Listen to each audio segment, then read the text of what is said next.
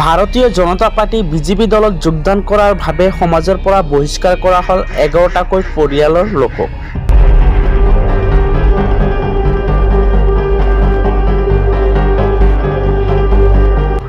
BJP দলত যোগদানৰ বাবে উত্তৰ কৰিমগঞ্জ সমষ্টিৰ বিস্কুট গাঁৱৰ 11টাকৈ পৰিয়ালক সমাজৰ পৰা বহিষ্কাৰ কৰা হ'ল।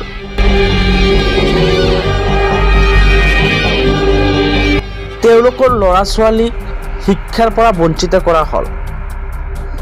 ৰাতিৰ ভাগত ঘৰ জ্বলোৱাৰ চেষ্টা কৰা হয়। কথমপতি ৰক্ষা কৰে ঘৰ।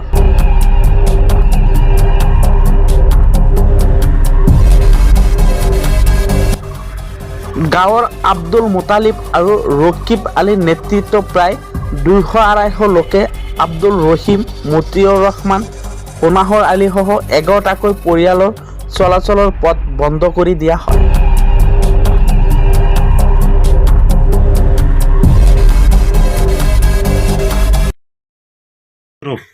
আমরা 9 নম্বর ওয়ার্ড কোন জিপি? জিপি আচ্ছা টাকার সত্ত্বে আমরা বিজেপিত ভোট দেওয়ার কারণে আমরা ফার্স্টে অত্যাচার করছো। অত্যাচার করছো তোমরা বিজেপিত ভোট দিলে কি বিজেপিতে মুসলমানের গড় ভাঙ্গের, মসজিদ ভাঙ্গের সব কিছু করে।